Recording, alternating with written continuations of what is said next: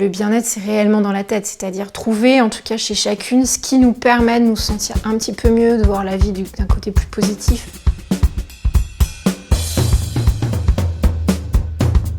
Le bien-être, c'est être bien. Ce n'est pas simplement vendre des produits pour atteindre un état qui serait paradisiaque. C'est aussi découvrir une harmonie. Alors la définition du bien-être, c'est vraiment quelque chose de durable, quelque chose qu'on maîtrise et dont on est acteur, et qui est à la fois individuel et collectif.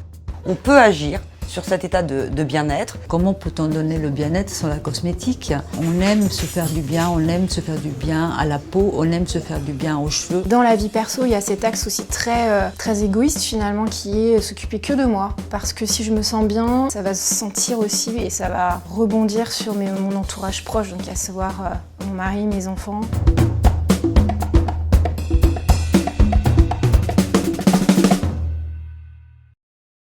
En fait, on a besoin de prendre du temps pour soi, obligatoirement pour tenir. Sinon, pour moi, c'est voué à l'échec. Et quand on dit bien-être, en fait, ça recouvre toute une pluralité, somme toute, de bénéfices qui vont tout simplement du fait de se sentir propre ou de se sentir bon pour certains d'entre eux, mais également plus profondément d'avoir confiance en soi.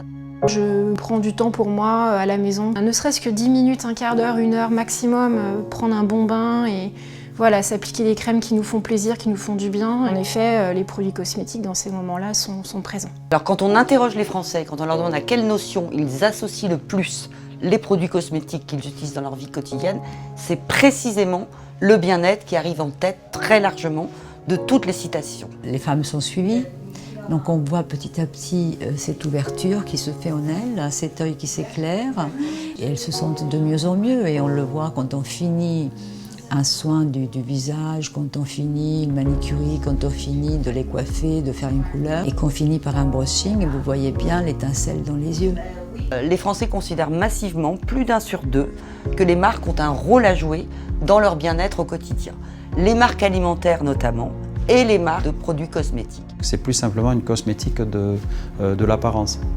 C'est ce que j'appelle moi la cosmotique, une cosmétique qui prendrait en compte le monde et les relations avec les autres. Le produit, c'est aussi un moyen de reconnecter les gens, soit à leur propre corps, soit au corps des autres. Et donc il y a tout un discours éthique, social finalement, qui est très important par rapport aux communautés. Finalement, communautés qui rassemblent les gens autour du produit.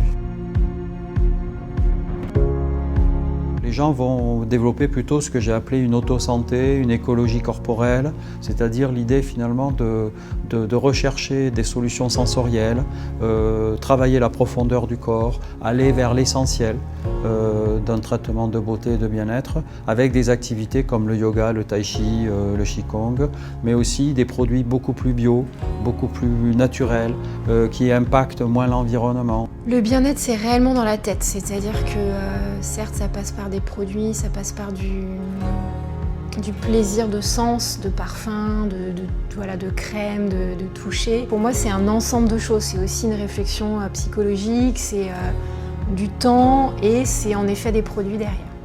Mais c'est un tout.